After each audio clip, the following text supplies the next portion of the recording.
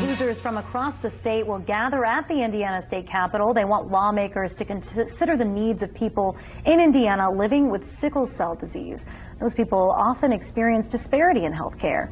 Sickle cell disease is a rare blood disorder involving red blood cells. They can cause blood flow blockages, leading to organ damage and stroke.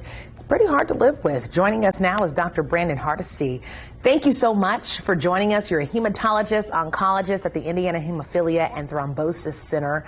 And I'm excited that you're going to be teaching us a little something today. Thank you for joining us. Thank you. It's a pleasure being here. You know, tell me, what do you hope to accomplish on Sickle Cell Advocacy Day?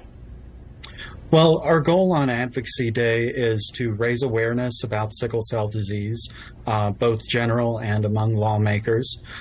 We also hope to increase state funding for projects to increase care for individuals with sickle cell throughout the state. On Monday, you're going to have doctors, patients, social workers, all talking with participants. What's the message that they're going to be sharing? The message for everyone is to let people know that sickle cell disease is something that affects a number of Hoosiers, and there are some real disparities in healthcare among this population, which is predominantly a minority population.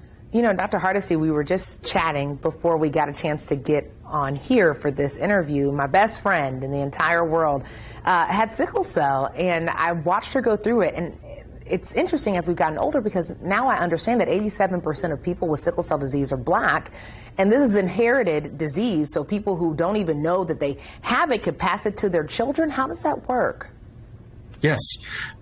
So in order for a child to have sickle cell disease, both parents need to carry the sickle cell gene, and usually they are unaffected, and they have something called sickle cell trait, which means they only have one gene, and then together they pass it on to the child, who then has two genes.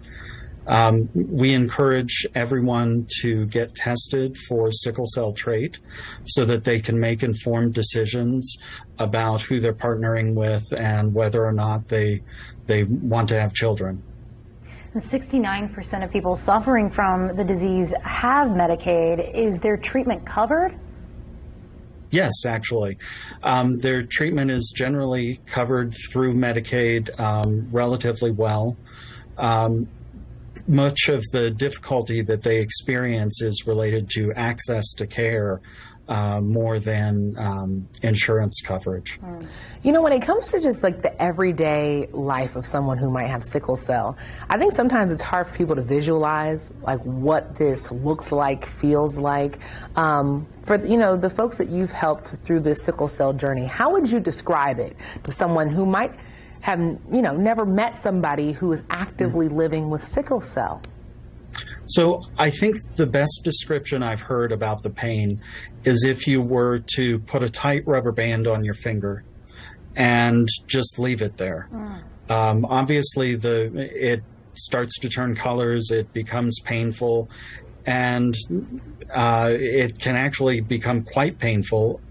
And the difference between you and someone with sickle cell disease is that you can remove that rubber band, whereas they cannot. I think that's so helpful to understand.